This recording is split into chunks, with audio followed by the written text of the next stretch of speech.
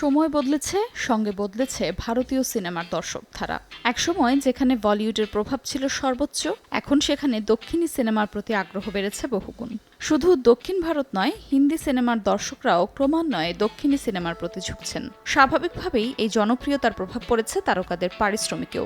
শুধুমাত্র নায়ক নয়, দক্ষিণী সিনেমার নায়িকারাও এখন কোটি কোটি রুপি পারিশ্রমিক নিচ্ছেন। আজ জানাবো 2024 সালের সবচেয়ে বেশি পারিশ্রমিক পাওয়া 7 দক্ষিণী নায়িকার কথা। বিশেষত রোমান্টিক ড্রামা ঘরানার সিনেমার জন্যই জনপ্রিয় সাই পল্লবী। তার সাবলীল ও প্রাণবন্ত অভিনয়ই তাকে দক্ষিণের অন্যতম ভার্সেটাইল অভিনেত্রীতে পরিণত করেছে। বছরে খুব বেশি সিনেমা না করলেও প্রতিটি কাজেই তিনি অত্যন্ত গুরুত্বের সঙ্গে বেছে নেন। সবশেষ থান্ডেল সিনেমার জন্য 5 কোটি রুপি পারিশ্রমিক নিয়েছেন তিনি। তবে রামায়ণ সিনেমার জন্য তার পারিশ্রমিক এক লাফে 18 থেকে 20 কোটি রুপিতে পৌঁছেছে, যা তাকে বর্তমানে দক্ষিণী সিনেমার সর্বোচ্চ পারিশ্রমিক প্রাপ্ত অভিনেত্রীতে পরিণত করেছে। জাতীয় ক্রাশখ্যাত রাশমিকা মান্দানা একের পর এক ব্লকবাস্টার উপহার দিয়ে যাচ্ছেন। অ্যানিমেল, পুষ্পা 2 এর পর ছাবা সিনেমাতেও বক্স অফিসে ঝড় তুলেছেন তিনি। পারিশ্রমিকেও এসেছে উল্লেখযোগ্য বৃদ্ধি। পুষ্পা 2 এর জন্য 10 কোটি এবং ছাবার জন্য 4 কোটি রুপি নিয়েছেন রাশমিকা। তবে সালমান খানের বিপরীতে সিকান্দার সিনেমার জন্য তার পারিশ্রমিক বেড়ে দাঁড়িয়েছে 13 কোটি রুপি। তৃষা কৃষ্ণান বয়স 41 পেরোলেও তার জনপ্রিয়তায় কোনো ভাটা পড়েনি।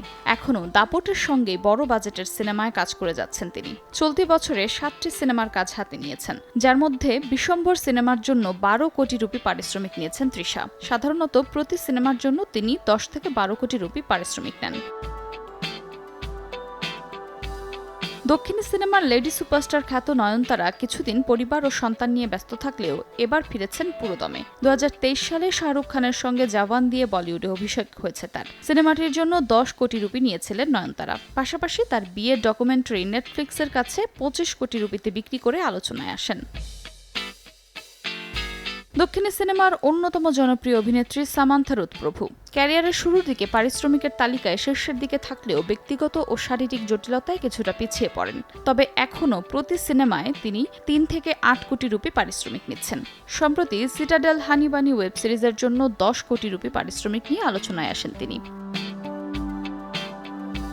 বাহুবলী ফ্র্যাঞ্চাইজিতে অভিনয় করে আলোচনায় আসা আনুশকা শেঠি তামিল তেলুগু সিনেমায় বেশ জনপ্রিয়। তবে বাহুবলীর পর সেভাবে আর কোনো ব্লকবাস্টার দিতে পারেননি। এতদিন কিছুটা অনুপস্থিত থাকলেও এবার কয়েকটি নতুন সিনেমার কাজ হাতে নিয়েছেন। কান্তারা সিনেমার জন্য তার পারিশ্রমিক নির্ধারণ করা হয়েছে 5 কোটি রুপি। 2 দশকের বেশি সময় ধরে সিনেমায় কাজ করছেন তামান্না ভাটিয়া।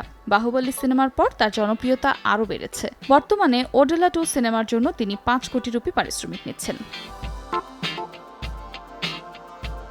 দক্ষিণী সিনেমার নায়িকাদের পারিশ্রমিকের এই উত্থান শুধু তাদের জনপ্রিয়তাই নয়, বরং দক্ষিণী ইন্ডাস্ট্রির বর্তমান শক্ত অবস্থানেরও ইঙ্গিত দেয়। সময়ের সঙ্গে সঙ্গে এই তারকাদের পারিশ্রমিক ও তারকা খ্যাতি আরও কতদূর গড়াবে সেটাই এখন দেখার বিষয়।